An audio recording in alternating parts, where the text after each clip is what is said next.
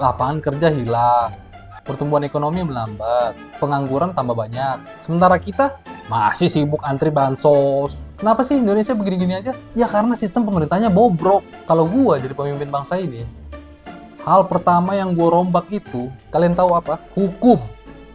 Iya, hukum. Gua bakal bersihin dari atas dulu. Kalau gua pemimpin ya, gua bakal bersihin dari atas dulu.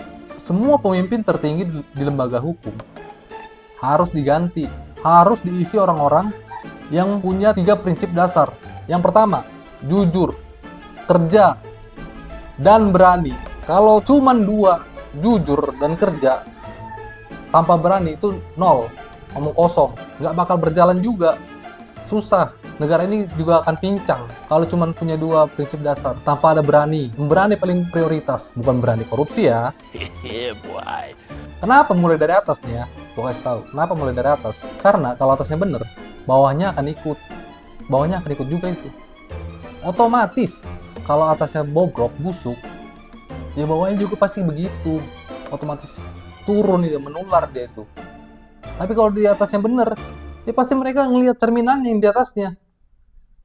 Setuju nggak kalian? Dan kalau atasnya bersih, bawah nggak akan berani main. Tapi kalau atasnya kotor, bawah pun akan ikut-ikutan cari celah. Jangan kasih ruang buat orang yang cuma pencitraan atau cari aman. Kita nggak butuh pemimpin yang cuma pencitraan atau cari aman. Kita nggak butuh pemimpin yang manis di kamera doang, tapi lembek nanti di lapangan. Dan jujur doang juga nggak cukup. Juga kerja keras doang juga nggak cukup. Kalau nggak berani lawan yang salah, semua itu cuma jadi pajangan. Pemimpin sejati itu harus berani ambil keputusan yang sulit, harus berani lawan mafia hukum, harus berani pasang badan. Apalagi buat rakyatnya sendiri ya, harus berani pasang badan. Gua nggak mau pemimpin cuma pintar pas debat capres doang, pas debat kampanye, tapi gagap waktu rakyat minta keadilan. Itu sih sedih banget gue, Cok. Karena selama hukum masih tumpul ke atas dan tajam ke bawah, selama itu pula rakyat akan terus diinjak-injak.